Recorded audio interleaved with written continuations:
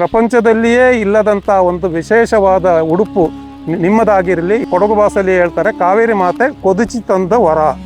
ಕೊಡವ ಶೈಲಿಯಲ್ಲಿ ಸೀರೆ ಧರಿಸುವ ಪದ್ಧತಿಗೂ ತಾಯಿ ಕಾವೇರಿ ಮಾತೆಗೂ ಹಾಗೂ ಈಗ ನೀವು ನೋಡ್ತಿರುವಂಥ ಈ ಸ್ಥಳ ಬಲಮುರಿಗೂ ಏನು ಸಂಬಂಧ ಈ ವಿಡಿಯೋದಲ್ಲಿ ನೋಡೋಣ.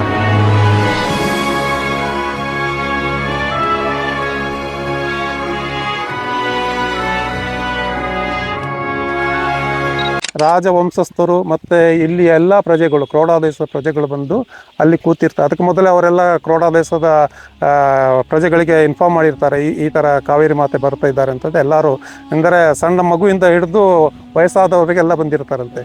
ಸೊ ಹಾಗೆ ಬಂದಾಗ ಅವರು ಕಾವೇರಿ ಮಾತೆ ಇದು ನದಿಯಾಗಿ ಹರಿದು ಬರುವ ಆ ಶಬ್ದಕ್ಕೆ ಅಲ್ಲಿಂದ ಓಡಿ ಬರ್ತಾರೆ. ಓಡಿ ಬಂದು ಕಾವೇರಿ ಮಾತೆ ಎದುರಲ್ಲಿ ನಿಂತ್ಕೊಳ್ತಾರೆ. ಅದಕ್ಕೆ ಆ ಮಂದಿಗೂ ಹೆಸರಿದೆ, ಓಟಂಬಲಮಂದು ಅಂತ. ಓಡಿ ಬಂದಿದ್ದಕ್ಕೆ ಅಂದರೆ ಓಟಂಬಲಮಂದು ಅಂತ. ಈಗಲೂ ಅಲ್ಲಿ ಬೋರ್ಡ್ ಹಾಕಿದ್ದೇವೆ ನೋಡಿ, ಅಲ್ಲಿ ಓಟಂಬಲಮಂದು ಅಂತ ಬೋರ್ಡ್ ಇದೆ ಆಯ್ತಾ. ಇಲ್ಲಿ ಬಂದಾಗ ಕಾವೇರಿ ಮಾತೆ ಜಲರೂಪದಿಂದ ಕಾವೇರಿ ಜೊತೆ ಕನಿಕೆ ಸುಜ್ಯೋತಿ ಈ ಜೊತೆಯಲ್ಲಿ ಮಣಿಕರ್ಣಿಕಾಯಿಗೆಲ್ಲ ಕಾವೇರಿ ಮಾತೆ ಜಲರೂಪವನ್ನು ಬಿಟ್ಟು ತನ್ನ ನಿಜ ರೂಪಕ್ಕೆ ಬರ್ತಾಳೆ.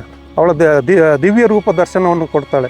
ಆವಾಗ ಎಲ್ಲರೂ ಇಲ್ಲಿ ಅವಳನ್ನು ಅಡ್ಡಗಟ್ಟಿ ನಿಂತಿರ್ತಾರಲ್ಲ, ಆವಾಗ ನೀರಿನ ಪ್ರವಾಹ ಮೇಲೆ ಮೇಲೆ ಮೇಲೆ ಏರ್ತಾ ಬರ್ತದೆ. ಆವಾಗ ಏನಾಗ್ತದೆ, ಅವರು ಹೆಂಗಸರು ಉಡ್ಕೊಂಡಿರುವ ಸೀರೆ ಉಂಟಲ್ಲ, ಆ ಫ್ರಂಟಲ್ಲಿರುವ ಈ ಏನು ನೆರಿಗೆ ಇದೆ ಅದು ಹಿಂದಕ್ಕೆ ಬರ್ತದೆ. ಕಾವೇರಿ ಮಾತೆ ಹೇಳ್ತಾರೆ, ನೋಡಿ ನನ್ನನ್ನು ನೋಡಲಿಕ್ಕೆ ನೀವು ಇಷ್ಟೊಂದು ಧೈರ್ಯದಲ್ಲಿ ಬಂದು ನಿಂತು ನಿಮ್ಮ ನೆರಿಗೆ ಮುಂದಿನ ನೆರಿಗೆ ಹಿಂದ ಹಣ ಆಗಿದ್ದು ಕೂಡ ನೀವು ನನ್ನ ಮೇಲೆ ಭಕ್ತಿಯಿಂದ ನೀವು ಇಲ್ಲಿ ನಿಂತಿದ್ದಕ್ಕೆ ಪ್ರಪಂಚದಲ್ಲಿಯೇ ಇಲ್ಲದಂಥ ಒಂದು ವಿಶೇಷವಾದ ಉಡುಪು ನಿಮ್ಮದಾಗಿರಲಿ. ಹಿಂದಕ್ಕೆ ಇನ್ನು ಮುಂದೆ ನೆರಿಗೆ ಇಟ್ಟು ಇದು ಸೀರೆ ಉಡಿ ಹಾಗೂ ಬಲಗಡೆಗೆ ಮೊಲಕೊಟ್ಟು ಅಂತ ಹೇಳ್ತೇವೆ ನಾವು, ಇಲ್ಲಿ ಬ್ರೋಚೆಲ್ಲ ಹಾಕ್ತಾರಲ್ಲ ಆ ಥರ ನೀವು ಕಟ್ಟಿಕೊಳ್ಳಿ ಅಂತ ಆಶೀರ್ವಾದ ಮಾಡ್ತಾರೆ ಅಂತಲೇ ನಮ್ಮ ಕೊಡಗು ಭಾಷೆಯಲ್ಲಿ ಹೇಳ್ತಾರೆ, ಕಾವೇರಿ ಮಾತೆ ಕೊದಿಚಿ ತಂದ ವರ.